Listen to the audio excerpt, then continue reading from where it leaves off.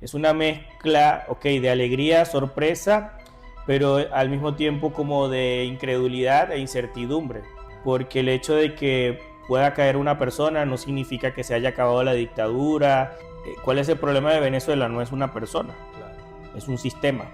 Nosotros vamos a pasar por un periodo donde vamos a tener que ir quitando las cabezas, donde hay que ir saneando, pero cualquier persona que sea electa hoy, ya mañana le hacen un golpe de estado. El mundo real nada es gratis, todo por todo hay que pagar, todo cuesta. Yo le decía, ¿qué preferirías ser tú en los últimos 15 años? ¿Preferirías ser Puerto Rico o Venezuela? Esa soberanía nunca fue como tal. ¿Crees que está mal la intervención de los Estados Unidos? Siempre vamos a ser títeres De alguien. de algo, de izquierda o derecha, pero siempre vamos a ser títeres. Y no iba a haber ningún resultado. Porque ese tipo de hombre y ese tipo de personas no tiene piedad con el pueblo. ¿Cómo crees que se va a desenvolver esa área de delincuencia interna del país? Que entre todos los problemas que tenemos en Venezuela, ese es el más grave. Pues yo tengo ahorita 7 años que no veo a mi mamá, por decir algo. ¿Crees que ya es el momento de empacar maletas e irse para Venezuela o hay que esperar un poco? Hola, bienvenidos a un nuevo episodio de nuestro podcast. Y nada, aquí tenemos un invitado muy especial que es nuestro amigo Isai. Isai, ¿cómo estás? Muy bien, gracias a Dios. Me Por la alegra, gracia Isai. de él. ¿Puedes dar un poquito de detalle a qué te dedicas y quién eres? Bueno, mi nombre es Isaí Córdoba. Vivo acá en la ciudad de Medellín. Tengo una empresa, una pequeña empresa que con la gracia de Dios he podido levantar y básicamente a eso me dedico, a eso y a mi familia y a las cosas de la iglesia. Eso es básicamente a lo que me dedico. ¿Dónde estabas y qué fue lo primero que pensaste cuando viste las imágenes de la captura de Maduro en los medios internacionales? Bueno, yo normalmente me levanto a las 4:30 de la mañana, pero ese día no sé por qué, no sé si estaba viendo una película el día anterior o algo así. Me levanté a las 6 y lo primero que cuando veo el teléfono, eso estaba por todos los medios de comunicación y ya estaba la confirmación de que Maduro había sido arrestado y que ya iba en camino hacia Estados Unidos. Eh, Quizás de repente para una persona que sea de otro país, eso es solamente motivo de alegría. Pero si es para una persona que es de Venezuela, es una mezcla, ok, de alegría, sorpresa, pero al mismo tiempo como de incredulidad e incertidumbre. Porque el hecho de que pueda caer una persona no significa que se haya acabado la dictadura. ¿Qué tal si regresa? ¿Por qué? Porque tantas veces que se intentó durante tantos años y que no haya podido ser algo que se haya cristalizado, entonces da un poco de incertidumbre, ¿no? Y creo que esa incertidumbre aún se mantiene hasta ahora.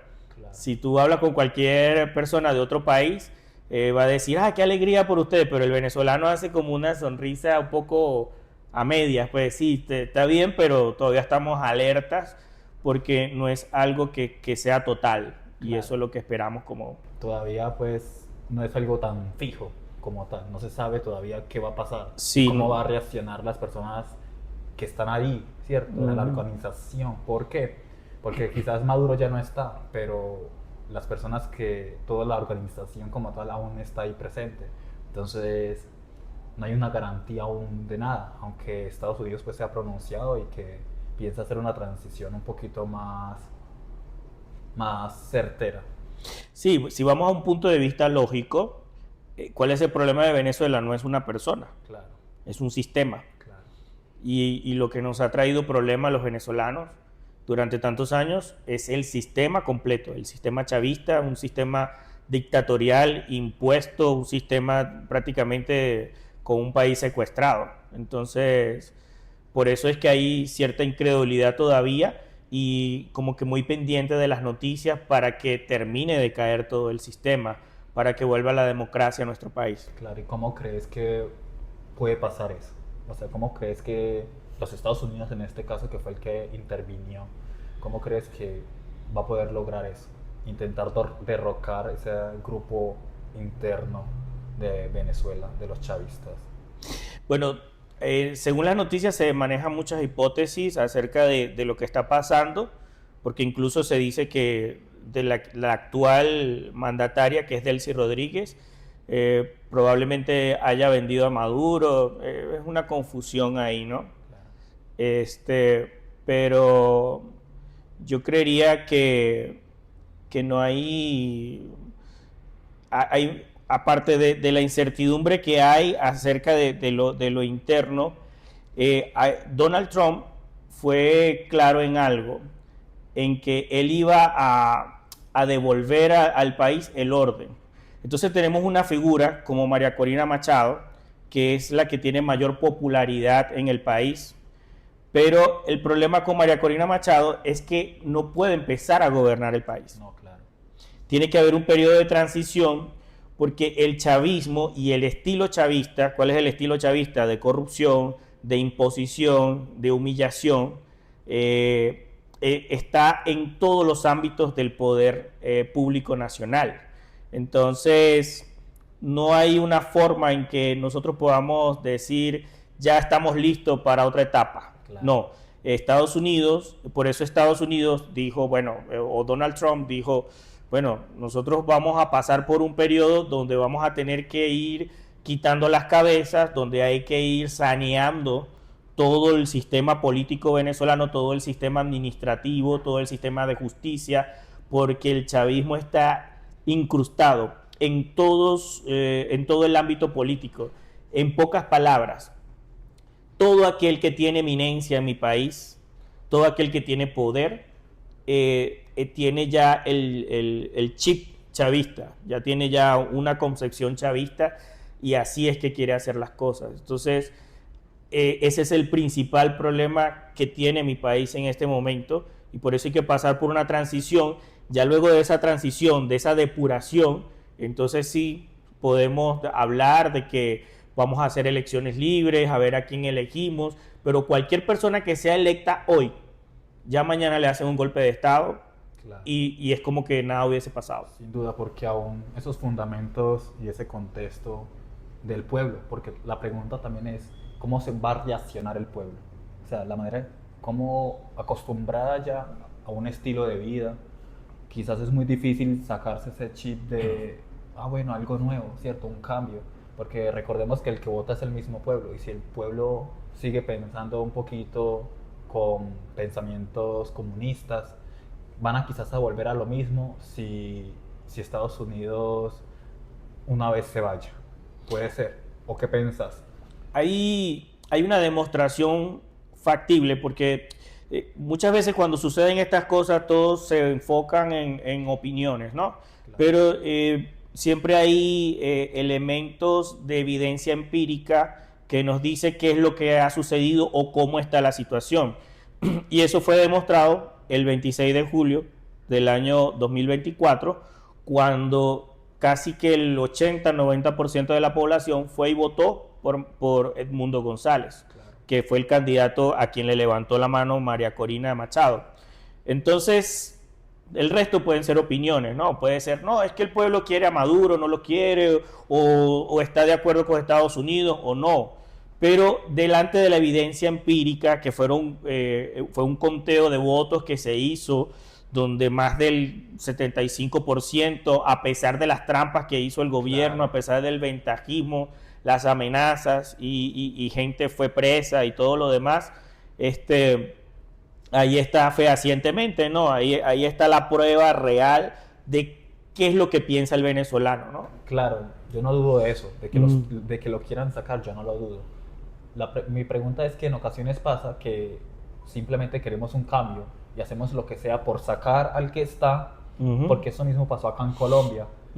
Todos querían un cambio, todos queríamos un cambio, entre comillas, y votamos por Petro, pero no fue porque el otro fuera muy, muy, muy malo, sino simplemente porque queríamos un cambio. Entonces quizás eso también pasa en Venezuela. Sí o sí quieren un cambio, pero no significa que quieren el cambio instantáneo, o sea, cambiar como tal de todo ese chavismo, pero no se sabe si realmente más adelante qué realmente quieren pensando racionalmente. Porque si se ha pensado, si se han puesto a pensar, bueno, yo quiero es esto, yo quiero es esto, pero ahora solamente están reaccionando desde, ok, no quiero esto, y cualquier otra cosa sea mejor. No, ¿o qué Sí, pensás? sí entiendo lo que me quieres decir y es un cambio de valores. Sí, Es un cambio de valores que tiene que haber en nuestra nación. Yo creería que aquel venezolano que salió y que luego regresa puede aportar mucho a nuestra nación. sin duda, porque viene pues ya con un estilo de vida diferente.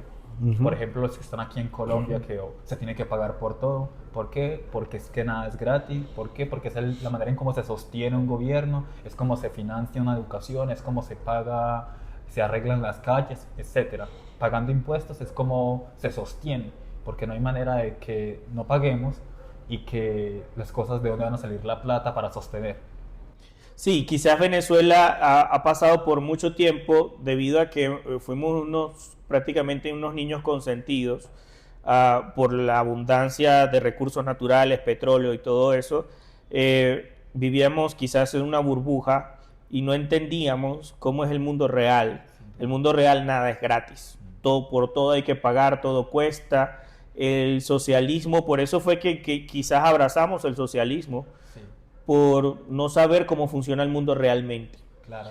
Y entonces nos metimos en la cabeza, sí, el socialismo es que no, me den, pero lo cierto es que pagamos 10 veces más por cada cosa de lo que pagaría cualquier país, a tal punto de ya no poder vivir en tu propio país. Sí, sin duda. Es una buena falacia argumentativa la de ellos. Ujú. De, ok, no, tranquilos, que hay que derrocar al rico que tiene mucho para darle a ustedes, pero se van a los que proveen, a los que generan ingresos, y entonces todo el mundo queda pobres, pero es que el sistema de ellos depende de pobres, así que no le interesa que nadie se haga rico, porque si se vuelve rico ya no va a querer votar por ellos, entonces al comunismo le conviene pobres, así que es imposible que un país que sea dirigido por el comunismo progrese. ¿Por Ujú. qué? Porque si ellos están ahí es por los pobres, por ese discurso populista de, ok, no, ustedes son oprimidos por los ricos, o también ahorita con las ideologías de género, manipulando a esas comunidades, feminismo, LGBTQ+, y etcétera. Son discursos populistas para ganar masas y tener votos asegurados. Sí, yo creería que son guerras psicológicas, Sí. guerras en la que se le dice al pueblo, este es tu enemigo, y no debería ser así. Desde un punto de vista más teológico, yo diría que yo soy muy de derecha.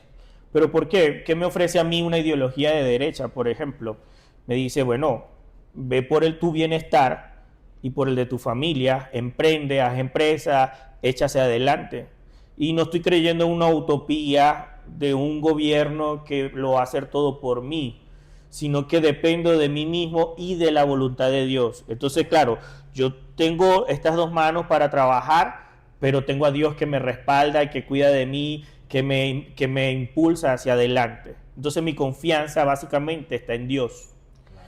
Cuando yo creo en una utopía de izquierda, estoy creyendo que mi Dios es el Estado, que yo debo confiar ciegamente en Él, que Él es el que me va a dar todo, que mientras yo esté bien con Él, Él va a estar bien conmigo, cuando realmente no es así. Claro, oye, creo que ni de derecha ni de izquierda, porque también hay algunos que somos de derecha, pero que también tienen esa idolatría acerca de, defendiendo a capa y espada A una persona en a una específico. persona en específico, y también en ocasiones llevarlo a un extremo, porque yo soy capitalista, pero hasta cierto punto, porque llega un capitalismo que también perjudica al otro por su bienestar. Y vemos Francia, por ejemplo, tiene colonias que lo que hace es explotarlos y explotarlos y explotar sus recursos naturales, y ellos siguen creciendo, creciendo. Si me hago entender, a costilla de otro. Entonces también es, hasta cierto punto, soy muy capitalista, pero llega un punto extremista que no lo comparto porque ya dejan de, o sea, no ayudan a crecer otro país porque no les conviene. Si me hago entender, porque necesitan que siga siendo un espacio en el cual puedan extraer y extraer. Entonces, hasta cierto punto, un capitalismo extremo es un poquito peligroso también. Yo diría, lo resumiría de la siguiente manera. Si eres de derecha, puede que seas idólatra o no con alguien, Sí, ¿no? Puede independientemente. que confíes en Dios o no, pero si eres de izquierda, básicamente le estás entregando toda tu confianza al Estado. Sí, se vuelve uno dependiente y ese es el Sí, problema. y, Y no funciona así, pues. y tenemos que saber que quiénes son los dirigentes. Son seres humanos con errores, con naturalezas caídas, que tienen esa tendencia al mal, tienen esa tendencia a robar, tienen esa tendencia a hacer las cosas que no son agradables delante de los ojos de Dios. Entonces yo creería que una persona, un cristiano o una persona cualquiera, debería de tener siempre eso presente, de que no puedo, es decir, un gobernante tiene mi apoyo a medida de los resultados que vaya dando eso, y que si lo que él está diciendo está alineado a lo que dice la palabra, a lo que dice Dios, a los valores. Entonces, yo diría eso como conclusión respecto a ese tema. Claro que sí, porque si es una persona que no tiene ningún tipo de temor o de respeto hacia Dios y hacia los valores cristianos, esa persona está propuesta a hacer lo que se le dé la gana y no tiene como una autoridad que lo someta, porque se supone que él sería la máxima autoridad de un país, entonces no hay nada por encima de él y básicamente se creería Dios. Y creo que cualquier persona que se crea Dios sería un dictador y podría ser muy peligroso para cualquier persona, para cualquier comunidad y para cualquier gobierno.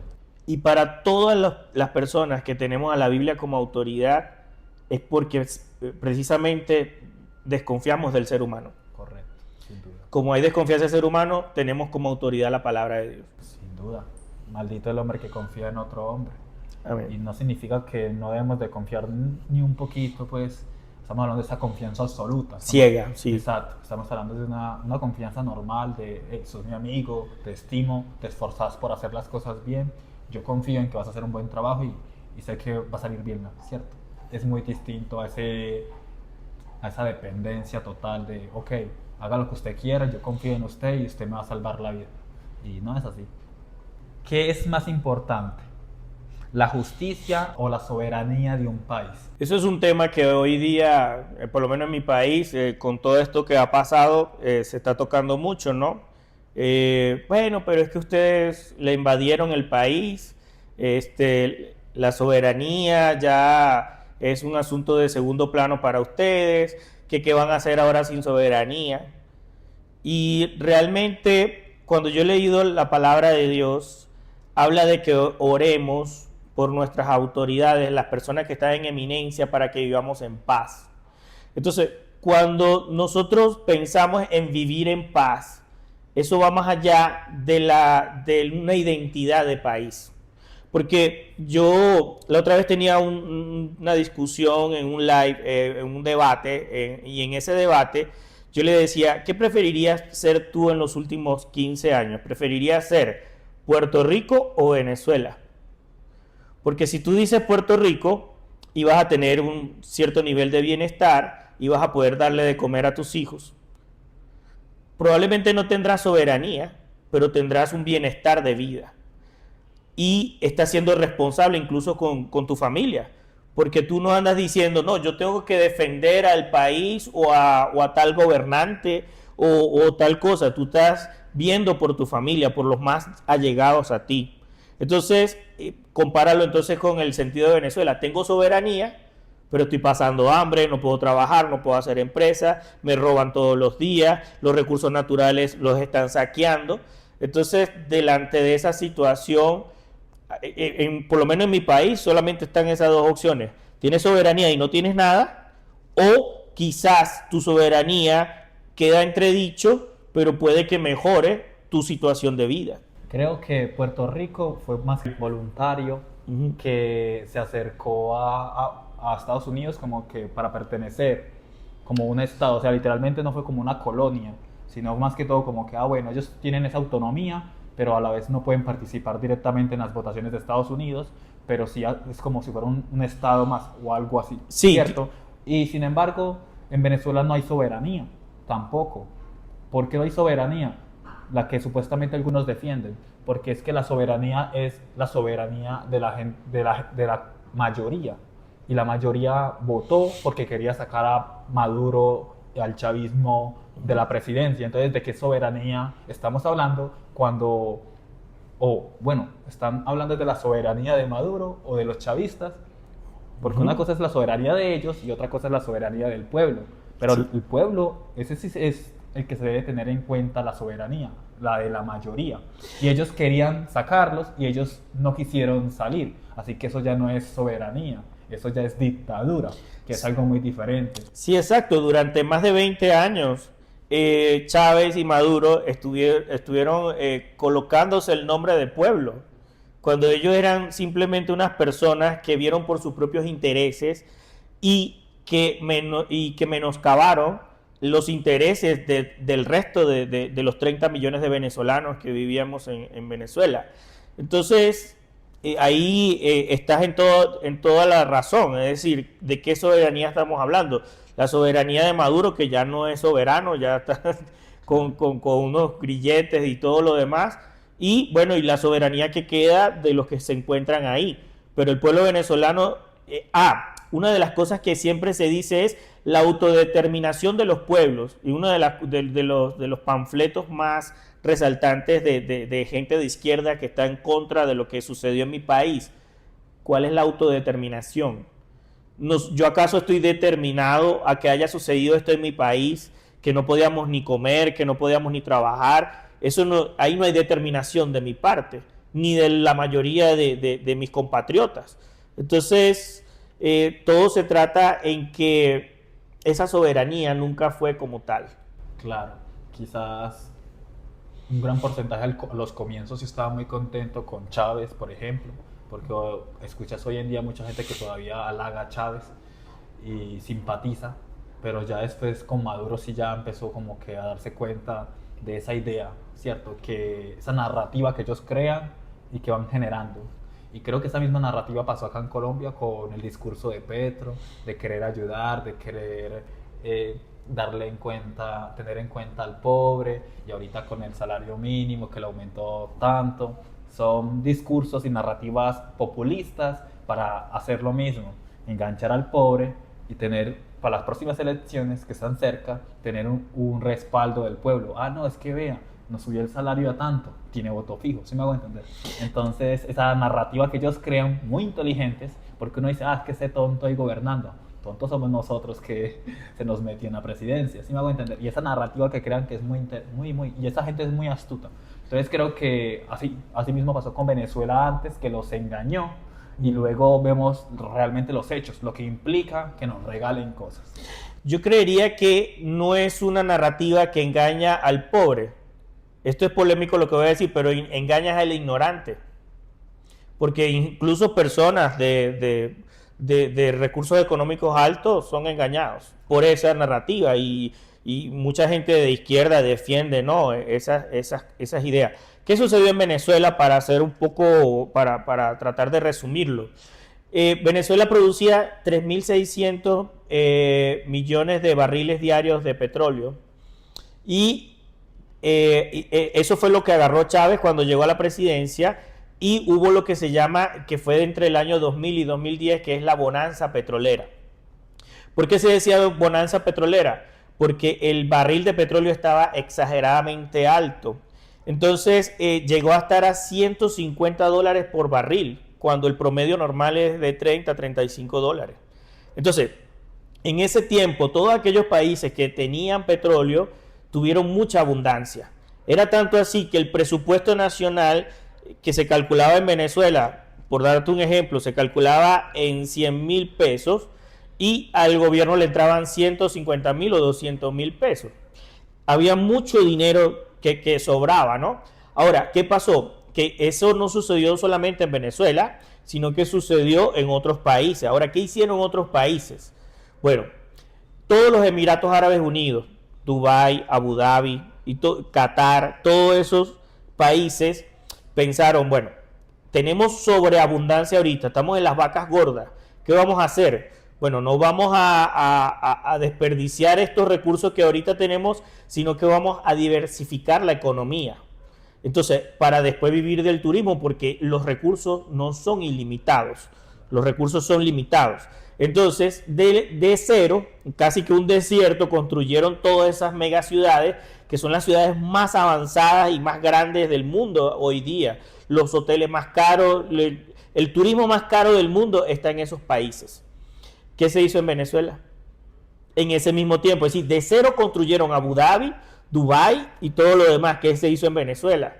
Corrupción, regalaron una que otra cosa al venezolano promedio, más que todo el que estaba más con el gobierno, porque yo recuerdo que como no me importaba mucho el gobierno y yo me veía era por mi trabajo, yo casi no recibí ningún beneficio, pero aquellos que sí estaban con el gobierno, que iban para las marchas, que estaban en eso, sí recibieron uno que otro regalo, pero lo que se hizo fue un saqueo completo. Después llegaron las vacas flacas y ahí fue donde el venezolano se enfrentó a la realidad. Por eso es que hay mucha gente que equivocadamente dice, no, Chávez sí era bueno, Maduro es malo, porque con Chávez estábamos bien. No, no era que con Chávez estábamos bien, sino que cuando estaba Chávez estábamos en la abundancia. Pero si no se hubiese muerto Chávez y hubiese continuado con su dictadura, te digo, hubiese sido quizás hasta peor la situación de Venezuela cuando de las vacas gordas pasamos a las vacas flacas. De 3.600.000, de 3.600.000 barriles diarios pasamos a 600.000 y de $150 por barril de petróleo pasamos a menos de 30. Eso fue escandaloso, es decir, eso Claro. acabó con nuestro país porque no se tomaron precauciones, todo lo importábamos. Entonces, disculpa que me extienda un poco en este tema, pero es como para dar un contexto histórico de lo que ha pasado con esta No. revolución. ¿Crees que está mal la intervención de los Estados Unidos? Todo lo veo desde un punto de vista teológico, es decir, yo cuando pasa algo, yo siempre veo qué es lo que dice la Biblia al respecto, ¿no? Okay. Y en Daniel 2:21, si mal no recuerdo, dice que Dios pone y quita reyes. Y esto no se escapa de mi país, obviamente. Entonces, si Estados Unidos lo está haciendo bien, tiene intereses oscuros o no, debemos de saber que el soberano detrás de todo lo que ocurre es Dios. Claro. Incluso de que haya llegado Chávez y Maduro y que haya habido problemas en nuestra nación, también Dios lo permitió. Y si Dios lo permitió, yo creería que lo mejor que podemos hacer nosotros es reflexionar acerca de por qué. Sí. ¿Qué es lo que Dios quiso formar en nosotros a través de eso? Entonces, si me preguntas específicamente, ¿Estados Unidos está bien lo que hizo o lo que no hizo? Bueno, así tajantemente, obviamente, si mete preso a un dictador, a una persona que hizo desastres en mi país, que robó, que tuvo 10.000 ejecuciones extrajudiciales, que hizo desplazar a 8 millones de venezolanos, obviamente está bien. Claro. Que qué intereses pueda tener, los desconozco, no sé el futuro, pero Los mismos que los otros países de izquierda también.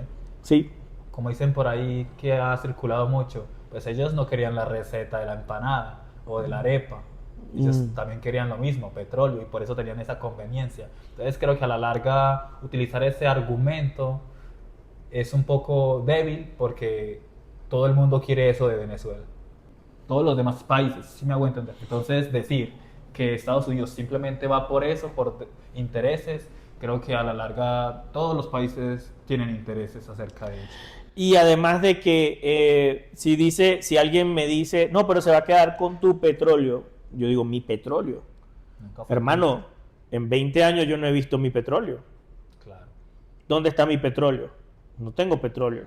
ni plata. Tengo estas dos manos para trabajar y que ya no pudieron trabajar en mi país y tuve que irme a otro país a trabajar. Eso es lo único que yo tengo, a empezar de cero otra vez, con una mano atrás y otra adelante. Eso es lo único que tengo, pero petróleo yo no lo he visto. Yo estaba viendo un video y me apareció una muchacha ahí hablando, entonces decía que no, que nosotros queremos ser títeres, somos títeres y queremos ser títeres del capitalismo, de esa gente poderosa que quiere simplemente tener el control y explotar nuestros minerales. Entonces yo simplemente comenté y dije, bueno, siempre vamos a ser títeres De alguien. de algo, de izquierda o derecha, pero siempre vamos a ser títeres. Pero nosotros preferimos ser títeres de la derecha que funciona que ser títeres de la izquierda que no funciona. ¿Sí me hago entender? Un Estado capitalista pues va a crecer, va a crecer, va a crecer porque todo el que haga las cosas bien va a crecer. Le va bien. Le va bien y nadie se va a meter con él. Mientras que en un país comunista no. ¿Sí me hago entender? Sí. Entonces, siempre vamos a ser títeres, como dice la escritura, esclavos. Siempre vamos a ser títeres o esclavos de algo, pero ya usted decide, como pueblo, decidimos qué tipo de títeres queremos ser. ¿Qué pensás? Sí, totalmente. En Venezuela no fuimos títeres, fuimos secuestrados. Entonces no es igual Sin duda. ser un secuestrado que ser un títere, porque un títere de igual manera tiene la libertad de pensar de una forma o de otra, tiene la libertad de hacer esto o aquello. Pero mucha gente de otros países no entiende que en Venezuela no teníamos opciones. Claro. Y eso es más triste que ser un títere. Eso es peor todavía. Porque cuando tú eres un títere, tú lo decides. Tú dices, bueno, yo me voy por esta ideología, yo hago esto. Pero cuando eres secuestrado, ¿qué opción tienes? La única opción que yo tuve fue salir de mi país. Así es. ¿Qué piensas que Estados Unidos tenga el control de Venezuela hasta que sea segura una transición? Es lo más lógico en este sentido. Es lo que le llaman la realpolitik. No, ¿cómo es posible que otra fuerza gobierne tu país? Entonces yo le preguntaría a esa persona, dame otra opción. No, que ustedes mismos los venezolanos decidan y hagan y resuelvan sus propios problemas. Precisamente si Estados Unidos está ahí fue porque nosotros no fuimos capaces de resolver nuestros propios problemas. Claro, eso es verdad. Se intentó. Exacto. La gente fue, hasta murió por esa causa. Sí. Uno veía jóvenes asesinados por intentar luchar, pero no lo logró, no lo consiguió. No podría seguir saliendo gente para que las mataran y ya. Creo que lo único que iba a pasar era mucha más sangre y no iba a haber ningún resultado. Porque ese tipo de hombre y ese tipo de personas no tiene piedad con el pueblo. Es muy fácil que yo te diga a ti, ¿por qué no tienes una mejor casa donde vivir? ¿O por qué no tienes esto? ¿Por qué no tienes aquello? Cuando no estoy en tus zapatos, ¿no? Entonces es muy fácil que yo criticarte y decirte esto o aquello si no sé por qué, cuál ha sido tu experiencia de vida. Entonces todo aquel que nos critica a nosotros como venezolanos porque no fuimos capaces de resolver, bueno, vamos a poner como ejemplo Colombia. Ahorita en Colombia también estamos pasando por dificultades. Y cuando yo llegué a este país hace 7 años, yo decía, eso que sucede en Venezuela, eso aquí no va a pasar. Eso fueron ustedes que se la dejaron montar y esto y aquello. Ajá. ¿Y cómo estamos ahorita? Claro. No estamos en la mejor condición. Eso es verdad, pero gracias a Dios aún tenemos un buen sistema político dentro de... Todavía hay un sistema. Todavía hay un buen sistema que durante muchos años fue la derecha, entonces aún hay fundamentos. Sí, y gracias a Dios. Gracias a Dios no ha permitido que el comunismo y Petro hagan muchas cosas de las que han querido hacer.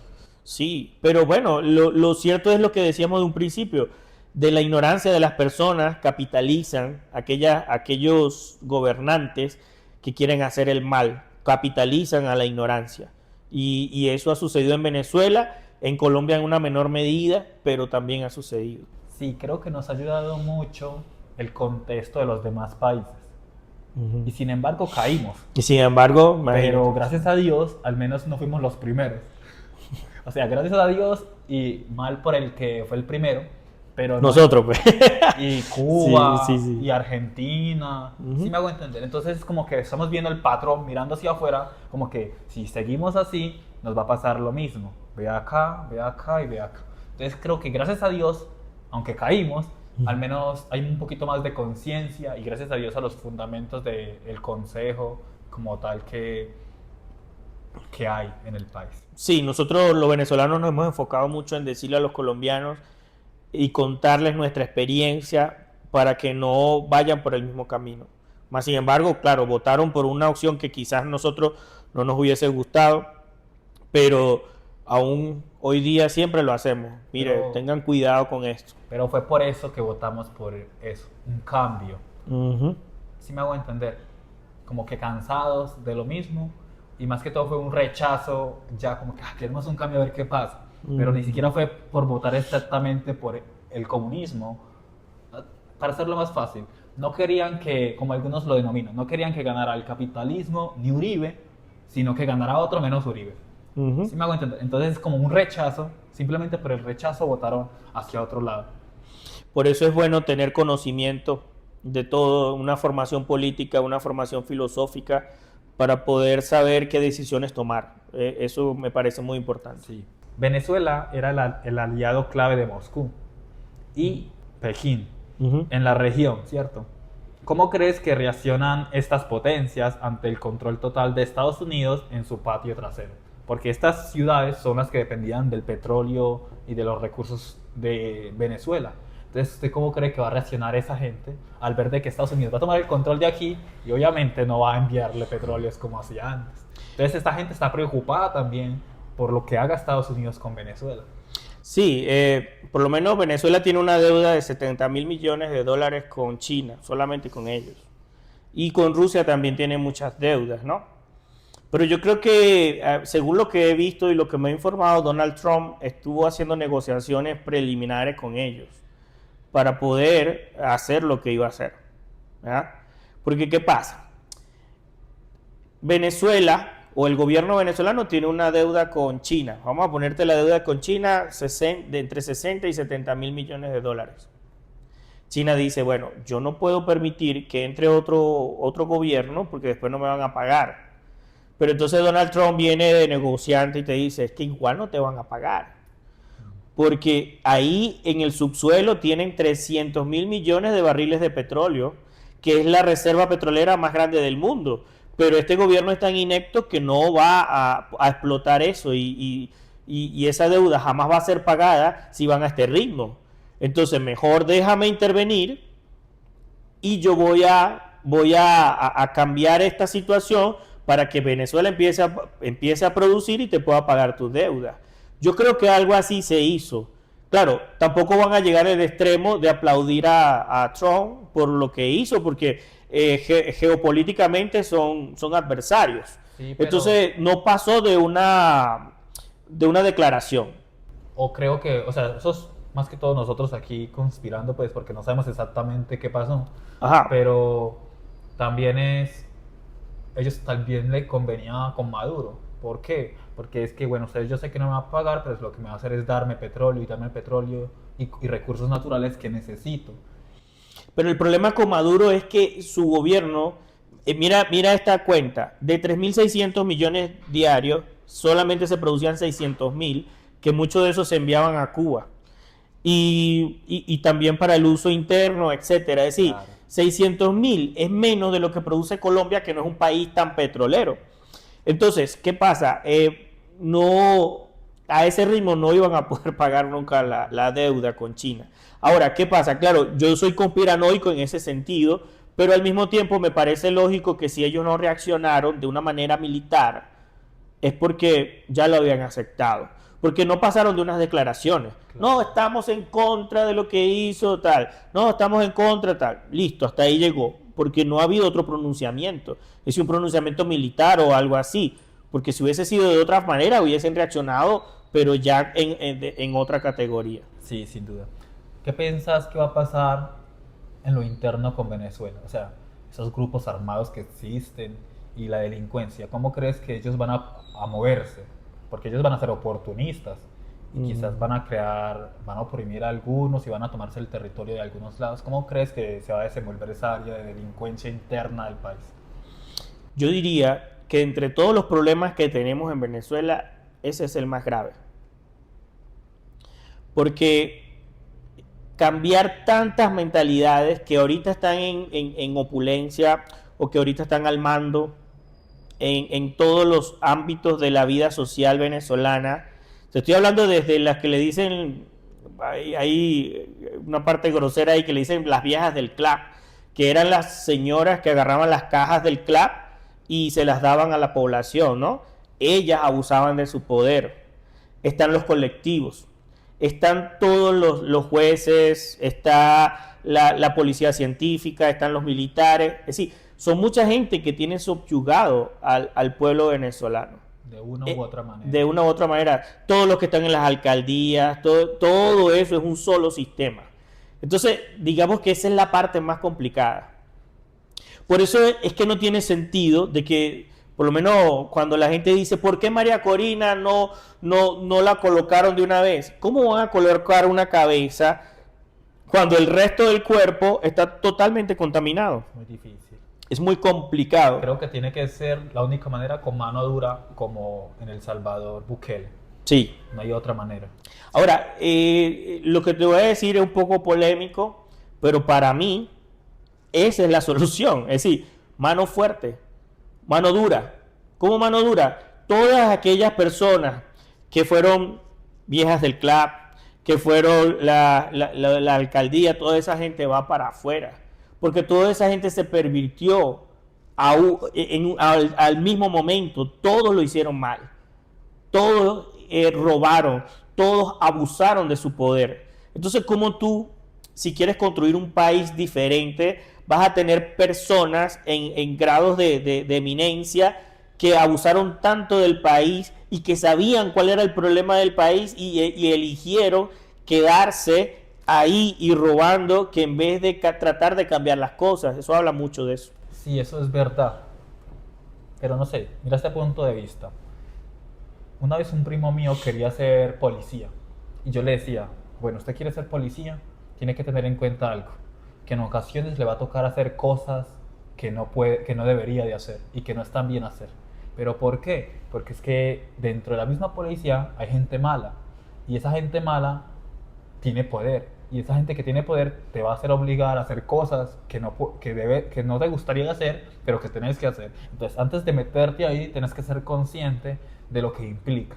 Creo que lo mismo pasaba quizás con mucha gente dentro del sistema político o cerca, que en ocasiones no quería hacer algo, quizás con sus valores morales y éticos, y no se sentía representado con eso, pero que quizás o era dejar el trabajo único por el cual le sostenía, o obedecer.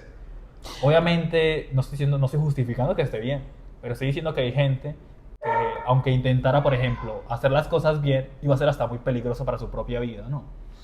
Yo te voy a dar un ejemplo un ejemplo factible de lo que me estás diciendo. Yo he tenido en mi empresa empleados que fueron policías, por decir algo.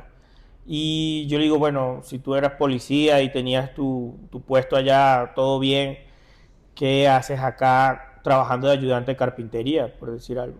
Me dice, no, yo preferí irme del país que tener que más adelante saber que tenía que dispararle a otro venezolano. Sin duda. Y creo que es la mejor respuesta y creo que alguien con valor, con buena moral y ética, haría. Sí. Sin duda.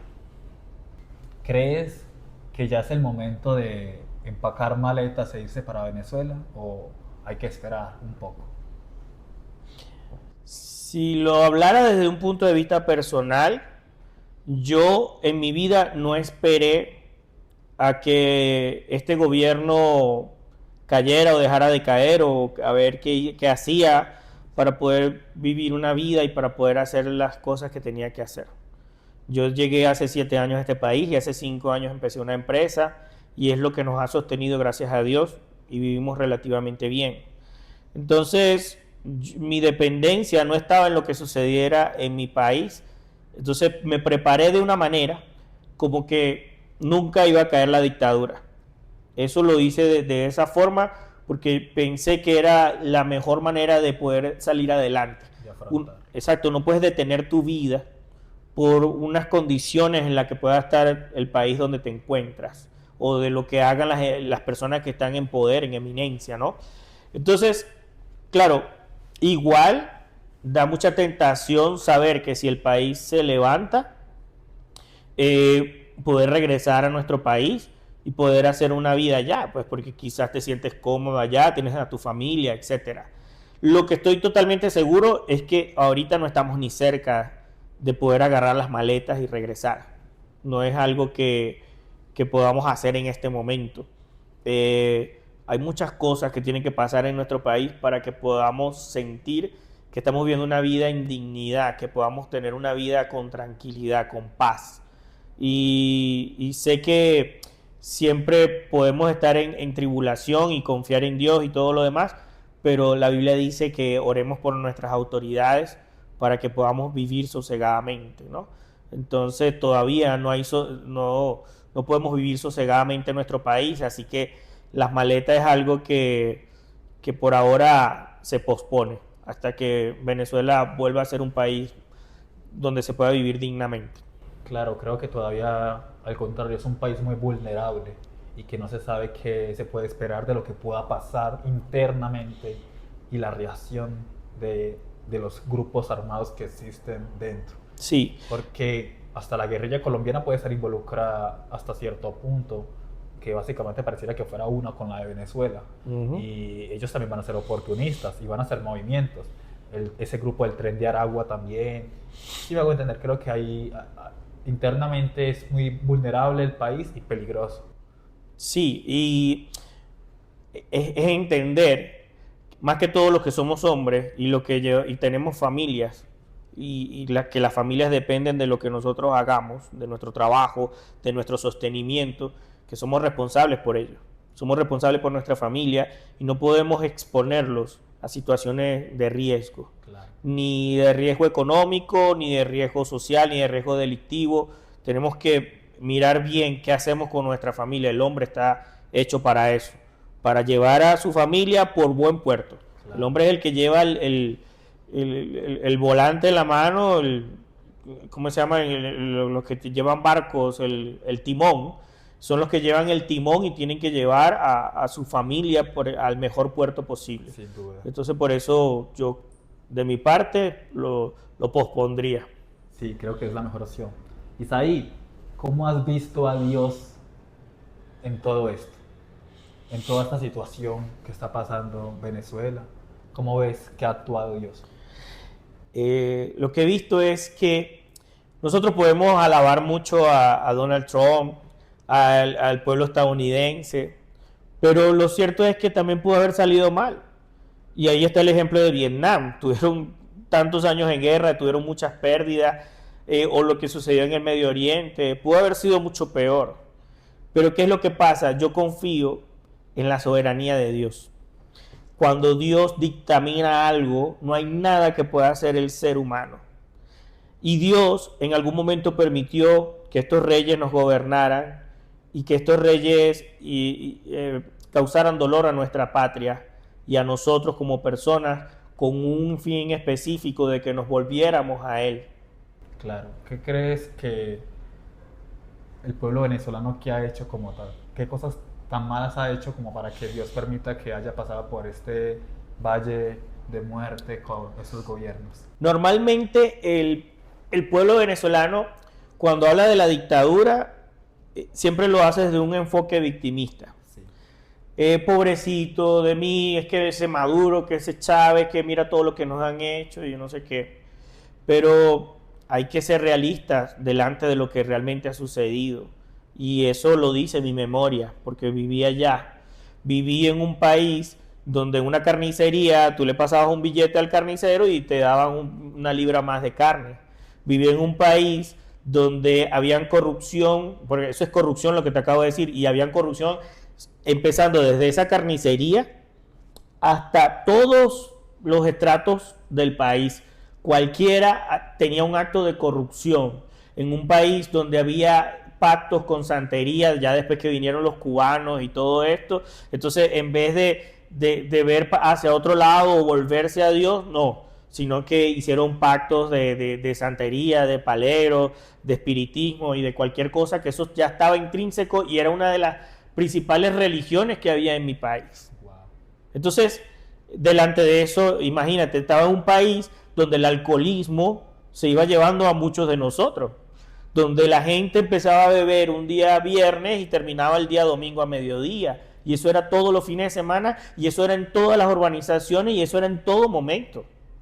Un país que estaba perdido en el alcoholismo, perdido en la corrupción, perdido en la depravación. Incluso hay cosas de mi país que si yo la explico la gente nunca me la entendería. Como que por ejemplo los días de la secretaria todos los hoteles estaban llenos. Y la gente, ya va, ¿qué tiene que ver el día de la secretaria con los hoteles? Bueno, no les voy a explicar, pero así de depravado estaba mi país. Claro. Entonces, claro, nosotros es más fácil, ¿verdad?, decir Maduro o Diosdado o lo que sea, pero el asumir nuestra responsabilidad y saber que si hubo un mal gobernante en nuestro país y Dios lo puso ahí, yo de mi parte lo puedo ver como juicio. Okay. Y si hubo juicio, lo mejor que tú puedes hacer es arrepentirte. Sin duda. ¿Y cuáles han sido los resultados? En mi país hay muchas más iglesias de las que habían antes. Hay más personas que se volvieron a Dios. ¿Por qué? Porque una de las cosas que causa que te olvides de Dios es ese engaño de independencia que tú puedes tener, ¿no? O esa soberbia que tú puedes tener. No necesito a Dios, mira todo lo que tengo. Y era así en Venezuela. Es decir, yo podía ponerme a beber el viernes en la noche y gastaba todo el dinero, ya para el domingo no tenía nada, ya el miércoles otra vez tenía dinero. Entonces, claro, vivir de esa manera, tú dices, no necesito a Dios, tengo todo. Tengo dinero, puedo viajar, puedo hacer lo que yo quiera.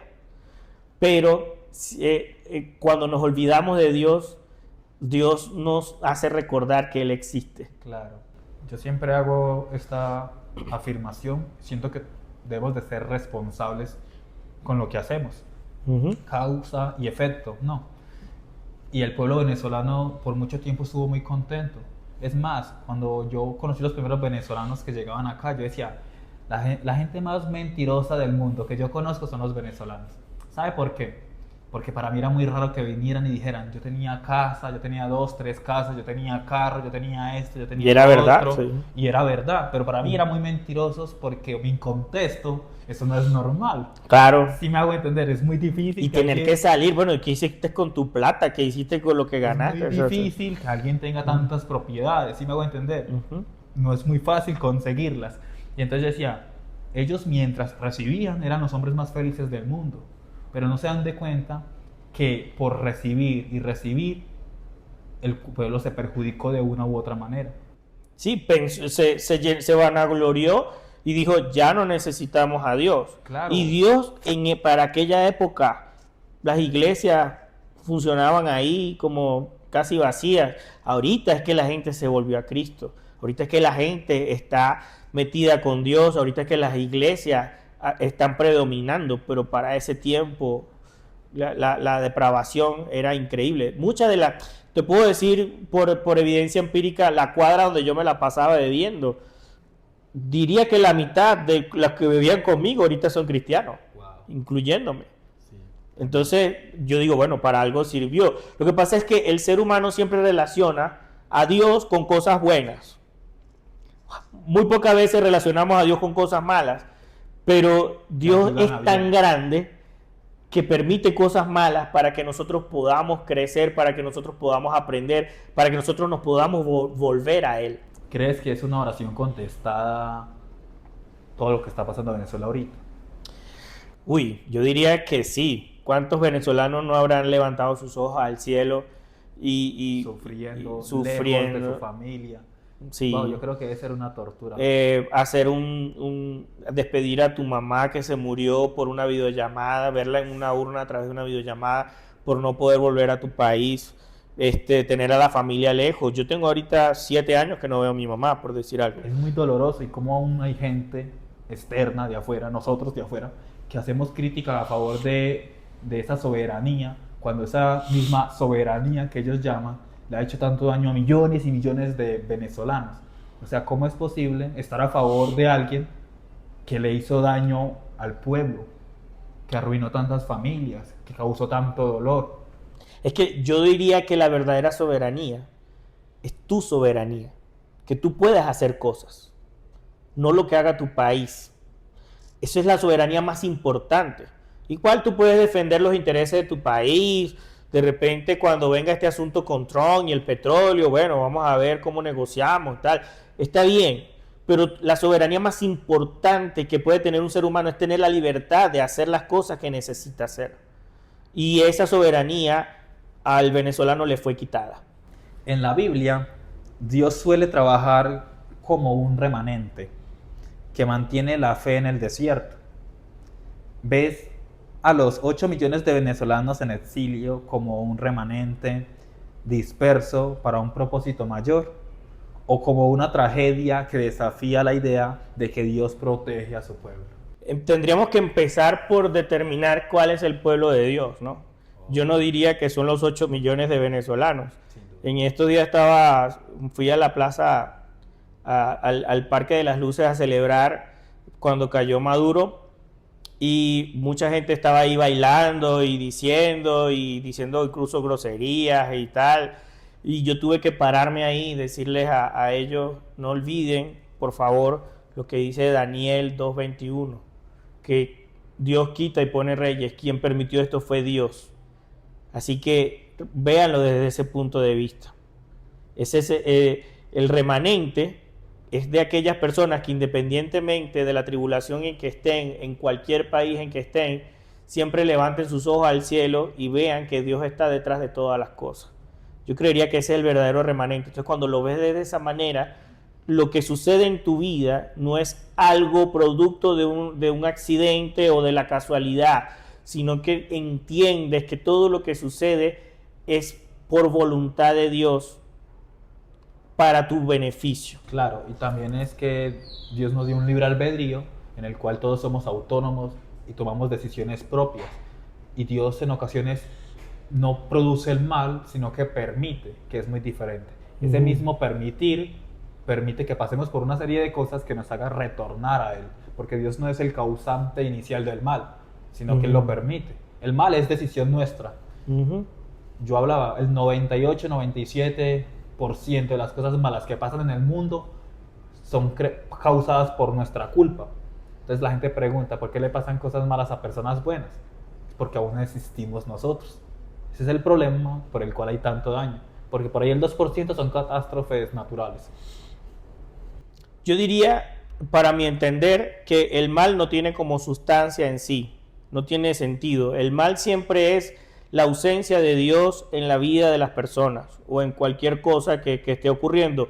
Cuando Dios no está, ahí está el mal. Claro. Y a veces Dios permite de que esas personas en medio de ese mal pasen por ese valle bastante cruel para que puedan volverse a Él y entiendan que solamente en Dios podemos tener una vida plena. El pueblo debe de ser conscientes de realmente que alzó su voz, que Dios los escuchó, pero que después de que pase todo esto y todo mejore, no se olviden de Él, porque somos muy olvidadizos. Y que no cambiemos. Por decir algo, ahora el ídolo va a ser Trump, ahora el ídolo va a ser María Corina. No, es que eso es lo que, y en eso estoy con mis compatriotas. Entiendan que quien permite las cosas es Dios, que nuestra dependencia es de Él, y mientras nos mantengamos cercanos a Él, mientras nos mantengamos bajo su reino, ya cuando hablamos del reino, hablamos acerca de también incluso los valores cristianos. Aquellas naciones que mejor les ha ido son aquellas naciones que han mantenido valores cristianos, y eso no es casualidad. Claro. Entonces, de ahí depende todo. Dios es el origen de todo el bien que podamos tener. Sin duda. En el Salmo 146 dice: no pongáis vuestras confianzas en príncipes ni en hijo de hombre, porque no hay en él salvación. ¿Es esta intervención de Estados Unidos una liberación providencial? ¿O corre el riesgo de convertirse en un nuevo ídolo político donde el venezolano vuelve a poner su confianza o esperanza en un hombre o un país en lugar de Dios? Sí, eso tiene que ver con lo que estábamos hablando ahorita anteriormente. Yo reflexionaba acerca de eso. Imagínate que estoy en mi casa, veo que Trump se llevó a Maduro, y que ese mismo día, imagínate que acabaron con todas las cabezas del chavismo, ese mismo día votaron por María Corina, ese mismo día dan una noticia de que Venezuela ya se arregló, y me muero esa misma noche. ¿De qué sirvió tanta espera? ¿De qué sirvió tanta esperanza en algo que cuando realmente ocurrió mi alma se perdió? Entonces, debemos de saber que la vida no es hasta donde llega la muerte. La vida es algo que sigue hacia adelante más allá de lo que la muerte puede hacer. Eso como en principio. Y en lo segundo es que debemos de cuidar nuestro corazón acerca de los líderes. Los países que mejor funcionan también son aquellos países donde hay contrapesos, donde no todo depende de la acción de una persona, sino que hay contrapesos que permiten saber que si este se equivoca, el otro lo corrige. Esto es lo que le dicen en Estados Unidos, check and balance, se llama en Estados Unidos. Un check and balance es que este hizo algo, se propasó en cuanto a su función, porque fue muy autoritario, tal, entonces este viene para controlarlo. Y eso también ha funcionado mucho aquí en Colombia. Petro venía con muchas ideas muy locas y muy extremistas, y si no hubiese sido por el Estado estaríamos en una situación precaria. Más sin embargo, antes de irse, está soltando 2 tiritos ahí, claro, que han sido bastante catastróficos, ¿no? Y esa es la que les conviene. Entonces, alimenta al pueblo, les da lo que quieren, que ellos no saben que no quieren eso, porque más inflación y a la larga se perjudica a nosotros mismos. Porque si yo tengo un negocio de un restaurante de 5 empleados, ganándose cada uno 2 millones, serían 10 millones en nómina. 10 millones. Más arriendo de local, más, ¿cierto?, los alimentos que necesito para producir la comida. Entonces, tengo 2 opciones. Porque uno vender 10 millones de pesos al mes, nada más en comida, es complejo vender todo eso. Para pagar nada más nómina, sin contar arriendo y lo demás, es complejo. Entonces yo tengo 2 opciones. O recorto personal, me quedo con 3, y ahí nos hacemos lo que podemos, pues entre 3, lo más que se pueda. O subo los precios de las cosas para que me cubra todos los gastos y mis gastos. Entonces, ¿quién es el que va a ir a comprar? Yo. O sea, usted. El mismo pueblo, el mismo trabajador es el que va a ir a comprar. Entonces se va a quejar porque subieron los precios de las cosas, pero es que él lo tiene que hacer para que su negocio funcione. Entonces nosotros nos vamos a quejar porque subieron las cosas. ¿Sí me hago entender? Y ahí dentro un ciclo que nos perjudica a todos. Eso para nosotros, esto que está sucediendo en Colombia actualmente, para nosotros los venezolanos es un déjà vu. ¿Por qué? Porque yo te puedo narrar no solamente lo que está pasando, sino lo que va a pasar luego. Claro, tú tienes toda la razón. Tengo una nómina específica. Normalmente los procesos inflacionarios en los países tardan entre 12 y 18 meses, ¿no? Es decir, yo empiezo a hacer emisión de moneda y esa emisión de moneda empieza a notar en la distorsión en la economía, en la subida de precios a los 12 meses, 18 meses. Pero cuando se trata de un aumento salarial tan violento como el que se hizo, eso causa una distorsión inmediata, basado en lo que tú estás diciendo. Es decir, yo tengo que pagar nómina ya este fin de semana. ¿De dónde voy a sacar ese dinero? El dinero lo tiene que salir del negocio. Pero, ¿y dónde están mis ganancias? Es decir, ¿mis empleados van a ganar más que yo o yo no voy a ganar nada por estar pagándole a mis empleados? Entonces, ¿qué tengo que hacer? Subo de inmediato el precio. O tengo que despedir a los empleados. Pero como tengo cierta conexión almática con ellos, quizás algo de cariño, algo así, digo, no voy a verme tan mal de despedirlos, sino que vamos entonces a incrementar el precio de lo que estoy vendiendo para poder pagarles a ellos. Entonces, ¿qué pasa? Ya te voy a decir cuál es la segunda etapa. El gobierno empieza a ver cómo todo está aumentando y entonces dice, caray, metimos la pata aquí porque todo aumentó de una sola vez. Entonces, ¿qué vamos a hacer? Bueno, vamos a hacer control de precios. Hay un libro que se llama 10.000 años de control de precios, que habla que desde la época de Egipto, cuando intentaron controlar los precios, todo siempre fue un desastre económico. Entonces, bueno, control de precios, chévere. Empiezan como policías a perseguir a la gente que está aumentando los precios. Entonces, ¿qué pasa? El comerciante se ve en una disyuntiva donde dice, bueno, ¿qué vamos a hacer? Porque yo no voy a agarrar y voy a invertir esta plata que no me está dando el retorno requerido, ¿no? Para que mi negocio pueda continuar y para que yo me pueda sostener. Entonces ya yo no compro más nada, ya yo no hago más nada, ya si tenía producto lo dejo ahí, prefiero no ganar ni perder, prefiero quedarme así, porque si voy a pérdida, prefiero entonces no hacer más nada. Entonces ahí es donde viene la escasez. Y entonces ya Venezuela pasó por ahí. Claro. Es decir, yo en ese sentido te puedo decir que vengo del futuro. Yo espero que Dios en su misericordia nos pueda ayudar a que esto no se haga más grande de lo que ya es. Claro, y ahí es lo que yo te hablaba de la narrativa populista, de que a Petro le conviene esto. Sí, no, Porque es que él le dio gusto a la gente, al pueblo, sí. y ya tiene votos fijos para las próximas elecciones para su propio partido. Sí, dicen, Entonces, el enemigo es el comerciante que te está subiendo los precios. Así fue en Venezuela, claro, ya pasamos por ahí. y es muy chistoso que entonces, pero si digamos que gana uno de derecha, ¿quién va a ser el perjudicado? Porque ¿a quién le va a tocar toda esa inflación? Al nuevo. Entonces, por cualquier lado fue muy astuto. Le doy lo que quiero al pueblo y si gana uno de derecha, lo perjudico. Y llevar esa narrativa de que el empresario, y es lo que yo le digo a la gente, un gobernante, alguien que esté en un cargo público, no produce ni un centavo, hermano. No produce nada.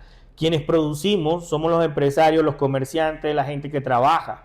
Y ellos más bien, aparte de que no producen, roban. Sí, eso es verdad. Entonces imagínate. Vea, yo... Y entonces ponen al empresario como el malo, como el que, mira, te está subiendo los precios, él es el enemigo, que no sé qué, y eso es algo totalmente descabellado. Es que el empresario es el vecino. Exacto. El empresario es mi vecino, que se esforzó, que trabajó duro para poder intentar montar su negocio, que apenas le está yendo bien. Es una persona que ahí se está esforzando, ¿sí me hago entender? Yo me gano el mínimo, ¿cierto? Yo no estoy feliz con eso porque yo sé lo que conlleva, lo que perjudica. Y yo me preocupo también por... Es muy chistoso, ¿sabes? El jefe de nosotros es de izquierda. Es muy charro porque lo están perjudicando y es de izquierda. Y entonces, no sé, es un poco irónico, ¿no? Pero bueno. Pero yo sé que la empresa no está en la mejor economía y yo sé que va a ser difícil. O sea, yo tal vez pueda ser parte del recorte de la empresa. ¿Por qué? Por esa misma causa, sí me hago entender, pero yo, ¿qué voy a hacer? Nada, me toca rebuscármela, ver qué hago, sí me hago entender, pero es eso, es como esa ignorancia y creemos que lo inmediato es lo mejor, o sea, como que no vemos las cosas a futuro, a largo plazo, de lo que cómo perjudica, sino que, bueno, me van a pagar mis 12 millones y listo, estoy contento con eso. Ignoran lo que un empresario como yo tiene que hacer desde un comienzo. Sacar papeles, comprar maquinaria, darle poco a poco hasta tener una cartera de clientes, conseguir reputación, conseguir que hablen bien de ti, de tu empresa, para poder tener ventas, para que entonces tus empleados puedan tener trabajo, porque todo depende de ti. Claro. Entonces, poner al empresario... Deberías, no quiero jactarme de nada, pero el empresario debería ser el héroe. Y otra cosa, lo que tú dices es cierto. ¿Por qué? Porque el 80% de los empleos que se dan en Colombia son de pequeños empresarios como yo. De tu vecino, del que vive abajo, del que vive arriba, del que tiene un comercio, del que tiene un pequeño restaurante. Entonces, claro, cuando el gobernante de este país dice, no, es que el problema son aquellos ricos empresarios, no, es una ellos minoría. solamente, exacto, O sea, solamente esos ricos empresarios de los que él tanto habla son minoría. Que tienen solamente dan el 20% del empleo. Que tienen buena plata, que tienen buen recurso, sí, está bien, pero ellos también, para llegar hasta allá, se la tuvieron que sudar también, ¿sí me hago entender? ¿Sí? No estoy hablando de que les den beneficios, no. En ocasiones hay un dilema ahí también sobre, no, que es empresario, que genera mucho empleo. A la larga también está velando por sus intereses. O sea, tampoco hay que maquillarlo tanto.